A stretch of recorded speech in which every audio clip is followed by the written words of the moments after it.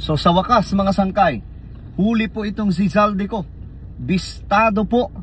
Pag-usapan po natin ngayon dahil nga po may malaking pasabog tungkol po sa kanya mga sangkay. At naku po, malulula po kayo sa mga nadiskubre at ngayon mga sangkay, mare-recover na. Anyway, bago tayo magtuloy-tuloy sa mga hindi pa po dyan nakakapag-subscribe sa ating YouTube channel, makikita nyo po yung subscribe button sa baba ng video na to. I-click nyo lamang po yung subscribe, i-click ang bell at i-click nyo po yung all. Sa mga nanonood naman po sa Facebook, i-follow nyo po yung ating Facebook page. Okay guys, eto kasi, ayon po sa report, eto matindi to mga sangkay. Ayon sa report, umabot na sa 12 billion ang kabuuhang assets na na-freeze ng AMLAC or ng AMLC. Kabilang ang 4 billion na air assets ni Zaldico. Ganyong kalala mga sangkay. Ibig sabihin, ganun pala talaga siya kayaman na halos kapantay niya na po mga sangkay ang mga bilyonaryong negosyante sa ating bansa. Ganyan po kalala itong si Zaldico. Kaya nga sabi ko sa inyo mga sangkay, huwag po tayo basta-bastang maniniwala kay Zaldico. Yung mga pasabog niya, na tila baga nagbablog lamang po siya, huwag na huwag po tayo maniniwala. Bakit? Mga sangkay, ang isa pong kurap na politiko, magaling po yan sa pagsisinungaling. Magaling at eksperto po yan mga sangkay.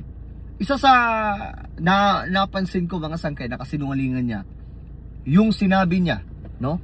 Nung sabihin niya mga sangkay na wala daw siyang nakurap, wala daw pong nakickback. Aba, ang lupit. Hindi, ang galing pala ni Zaldico. Napakalinis at napaka-holy pala ng taong ito. Doon pa lang mga sangkay, alam nyo nang nagsisinungaling.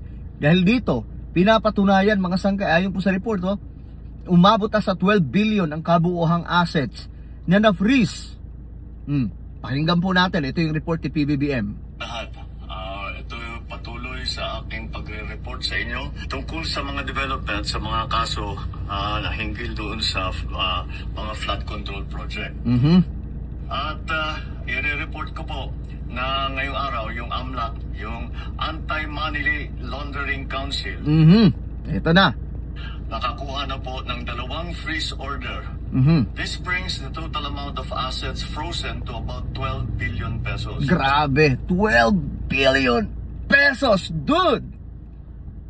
Saan nakakuha ni Zaldico nun? Diba? Tapos paniniwalaan ng iba si Zaldico? Paniniwalaan na hindi corrupt? My goodness! Mga sangkay, ako, naniniwala ako sa ginagawa ngayon ni PBBM laban po dito sa mga corrupt. Pero itong kay Zaldico, lalong-lalo na sinasabi po niya na wala daw siyang nakurap. Napaka-imposible nun mga sangkay. Napaka-imposible nun. Imposibleng wala siyang nakurap mga sangkay. Saan ka nakakita mga sangkay ng isang tao na nagsasabing wala daw siyang nakurap, no? Na ang kayamanan ay umaabot mga sangkay, yan po 12 billion. Hindi pa yan mga sangkay ha. Tingnan po natin. Tama po dito ang mga air asset ni Zaldico. Ang value mga 4 billion. Grabe. Alam niyo yung mga sasakyan niya panghimpapawid, yung mga air assets po niya. Sobrang mamahal. Ganun po kalala mga sangkay itong taong ito. Kaya itong mga pasabog niya, hindi niya po papatunayan yan. Hindi niya panunumpaan yan. Dahil lahat ng yan mga sangkay ay pawang kasinungalingan at pagpapalusot lamang para ano? Para ano? Nang sa ganon, yung kayamanan niya, halimbawa, ma-absuelto siya, mga sangkay, yung kayamanan niya, hindi na po makukuha ng government. Hindi na po ma-freeze. Ganyan po kalupit, mga sangkay, itong si Zaldico. At bukod pa ron, meron po tayong nakuhang 3,566 na bank account. Grabe. Grabe yung bank account yun. Mga sangkay, sabi po dito, mayroon pang 3,566 na bank accounts. Ay, saan niya kinukuha? Paano niya nagawa to mga sangkay? Ibig sabihin, ganun po sa ka-ekspertong tao, mga sangkay, pagdating po sa pag-handle ng mga nakukulimbat. Grabe, di ba? Ganun po kalala, mga sangkay. 198 insurance policies, 247 motor vehicles, 178 real properties, Grabe. 16 na e-wallet account, Grabe. air asset na frozen na. Umpisa lang po ito. Mas marami pong asset ay mafo-frozen para maibalik ang pera ng tao sa kanila. Grabe, no? So ngayon nyo sabihin, yung mga DDS, ngayon nyo sabihin na itong si Zaldico ay inosente. Ngayon nyo sabihin, ganun kadami yung kayamanan, inosente. Doon pa lang mga sangkay, alam na po natin na nagsisinungaling. Nung sabihin pa lang po niya na inuutusan lang daw po siya, wala daw po siyang nakikickback. Imposible, dude. Napaka-imposible nun.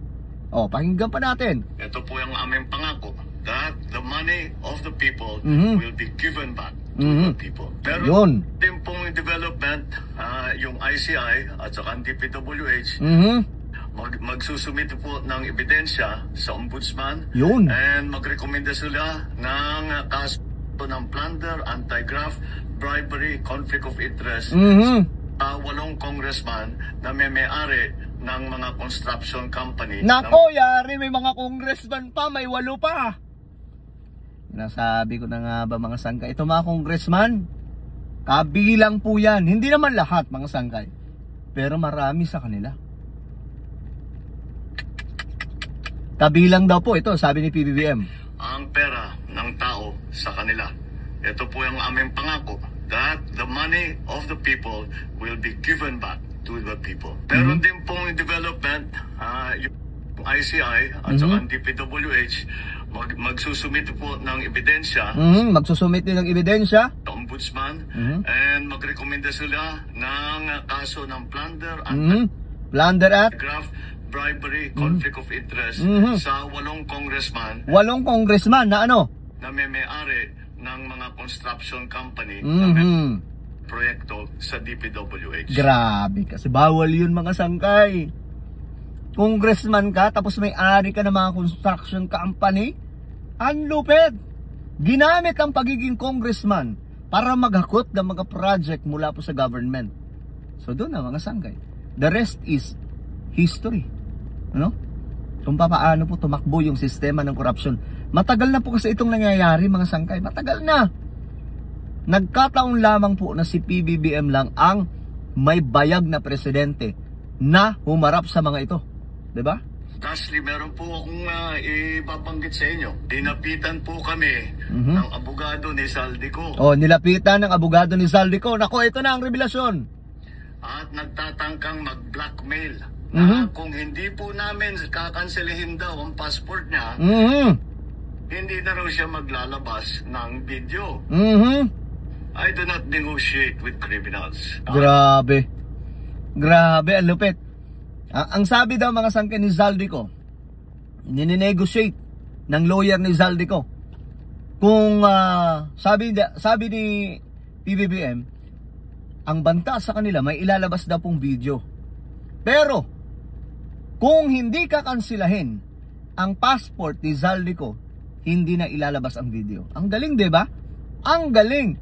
Malamang mga sangkay, gagawa na naman po sila ng kung ano pang mga video. 'Di ba? AI o ano pa. Ang banta dito ni ni Zaldico. Mga kampon niya, hindi na maglalabas si Zaldico ng kahit anong video. Basta daw, mga sangkay, kanselahin yung passport. Ganyang kalupit yung mga magnanakaw. Sinasabi ko sa inyo mga sangkay. Maglabas ka na ng video ng lahat ng kasinungalingan mo na pag-destabilize sa gobyerno. Gusto kong malaman mo, Zaldi, makakansela pa rin ang passport mo. Oh, ayun. Babantaan mo pa ang presidente, ha? Hindi ka na makakatakas sa justisya. Yun lang, mga sangkay. Yun ang pagbabanta ni PBBM kay Zaldico. Binabantaan ng Pangulo, no?